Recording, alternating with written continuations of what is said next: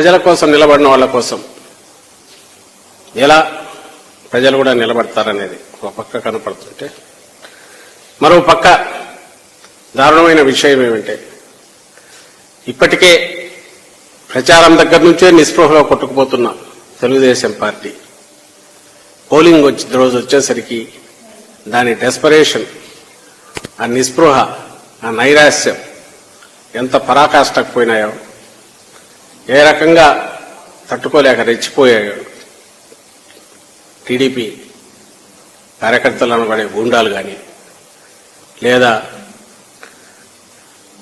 వాళ్ళకు అనుకూలంగా ఈరోజు పొత్తు వల్లనో ఇంకోదాని వల్ల పోలీస్ అధికారులు కానీ, లేదా ఎన్నికల కమిషన్ అబ్జర్వర్ల పేరుతో ఇక్కడికి వచ్చిన వాళ్ళు కానీ, మనం ఈరోజు జరిగినంత ఏకపక్షంగా వాళ్ళ వైపు నుంచి జరిగిన దాడులు, హింసాకాండ రుజువు చేస్తుంది.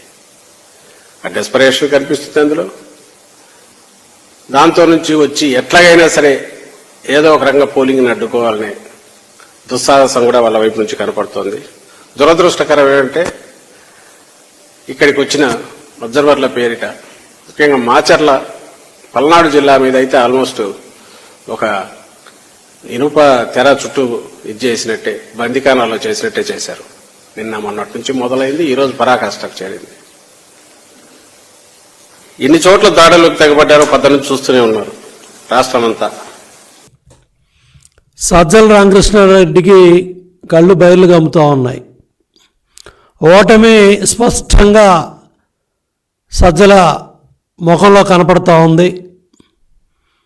తాడేపల్లి ప్యాలెస్ మాటలో, సజ్జల మాటల్లో డొలతనం బట్టబయలవుతూ ఉంది. ఈరోజు చాలా బేలగా ఎలక్షన్ కమిషన్ మీద నిందలేస్తున్నాడు.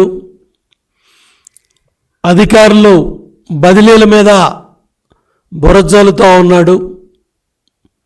నగనాసిలాగా ఇంకా రేపు కౌంటింగ్ ఏజెంట్లు నిలబెట్టుకోవటానికి ఇంకా బడాయి కబుర్లు చెప్తున్నాడు.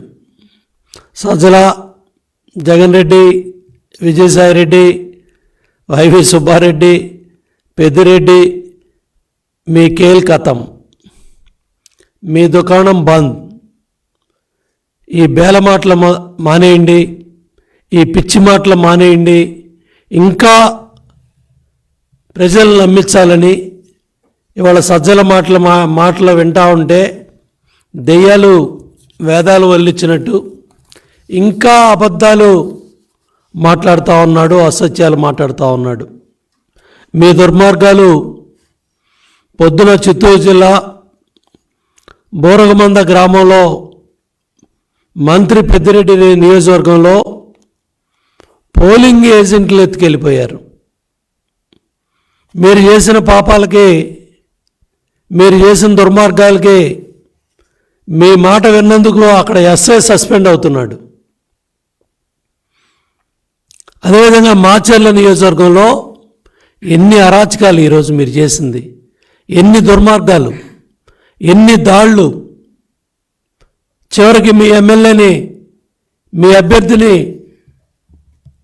గృహ నిర్బంధం చేసే పరిస్థితి వచ్చింది.